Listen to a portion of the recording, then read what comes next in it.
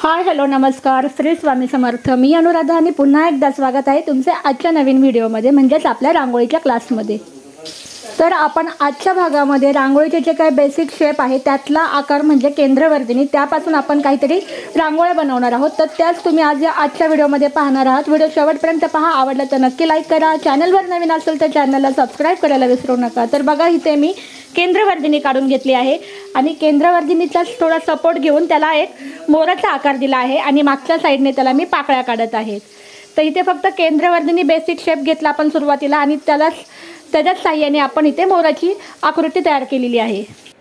तर ही जी केंद्रवर्धिनी मी काढलेली आहे ती थोडी वेगळ्या प्रकारची आहे. जी आपण रेग्युलर काढतो ती बघा गोल असती आणि आपण तो गोल जो आहे तो आतमध्ये वळवत जातो आणि मध्यभागी एंड करतो. पण ही जी आहे ती थोड्या वेगळ्या प्रकारची आहे. एका साईडला ती आपण त्याचा सेंटर घेतलेला आहे. बघा, केंद्रवर्धिनीचे वेगवेगळे प्रकार जे आहेत ते आपण ह्यापूर्वीच्या व्हिडिओमध्ये पाहिले आहेत. तुम्ही नसल पाहिले तर बघा, चॅनलला व्हिजिट करा, म्हणजे तुम्हाला त्यामध्ये सगळे व्हिडिओ पाहायला मिळतील.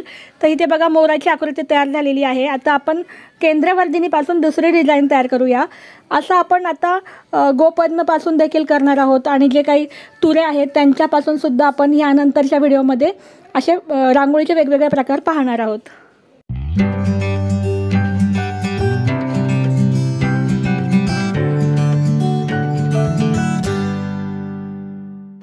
आता ही जी केंद्रवर्धिनी आहे ती बघा रेग्युलर टाईपची आहे. म्हणजे बघा ही गोल आहे आणि मध्ये त्याचा मध्यभागी एंड केले आहे मी त्याला. आता एका साईडने इथून मी ह्या प्रकारचा असा तुरा काढलेला आहे. सुरुवात जी आहे ती आपण केंद्रवर्धिनीपासून केली आहे. तर मधली जी केंद्रवर्धिनी आहे ती काढून झाल्यानंतर ह्या प्रकारचे आपण साईडने असे तुरे काढले आहेत. तर आता दुसऱ्या साईडने देखील मी अशाच प्रकारचे तुरे काढणार आहेत.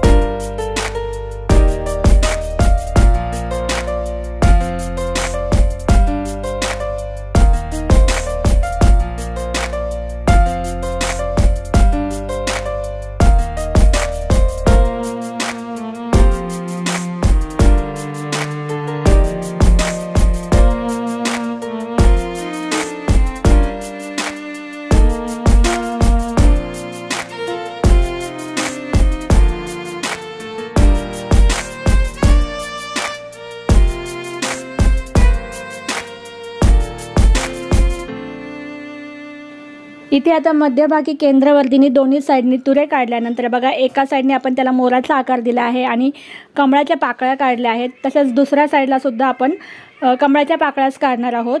आता खाली जी रिकामी जागा आहे तिथे मी अशा लाईन्स काढत आहे, स्टेप लाईन काढत आहे. या स्टेप लाईन म्हणजे मधली जी लाईन आहे ती मोठी काढायची आणि साईडच्या लाईन ज्या आहेत त्या छोट्या छोट्या काढायच्या आहेत. तर फक्त ह्या एका साईडनेच मी या स्टेप लाईन काढणार आहे, कारण दुसऱ्या साईडने आपण पाकळ्या काढलेल्या आहेत. त्यामुळे आता ह्या एका साईडनेच मी इथे स्टेप लाईन काढत आहे. बघा,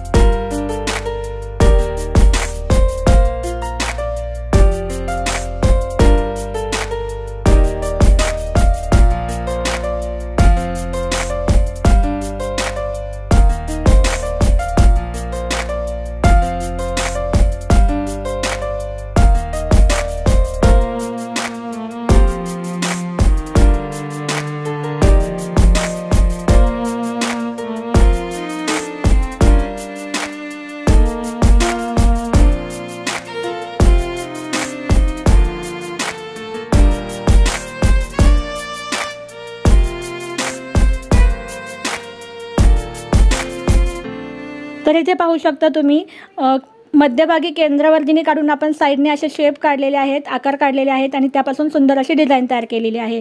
आता पुढची आपण डिझाईन घेऊया. ती देखील आपण केंद्रवर्धिनीपासूनच काढणार आहोत. इथे सुरुवातीला मी काढून घेतले हा आकार. आता ह्याचा सपोर्ट घेऊन आपण या प्रकारची डिझाईन काढत आहोत.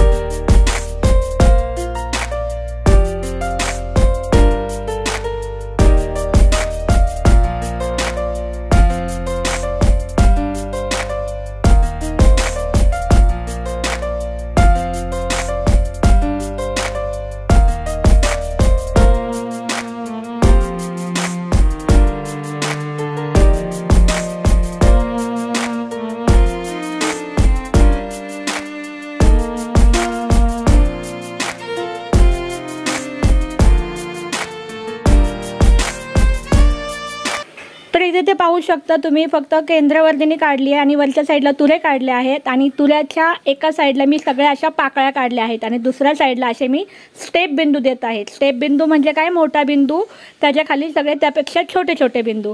तर अशी एक डिझाईन तयार झाली. आजचा व्हिडिओ आवडला असेल तर लाईक करा. पुन्हा भेटूया नवीन व्हिडिओसोबत. बाय बाय, धन्यवाद.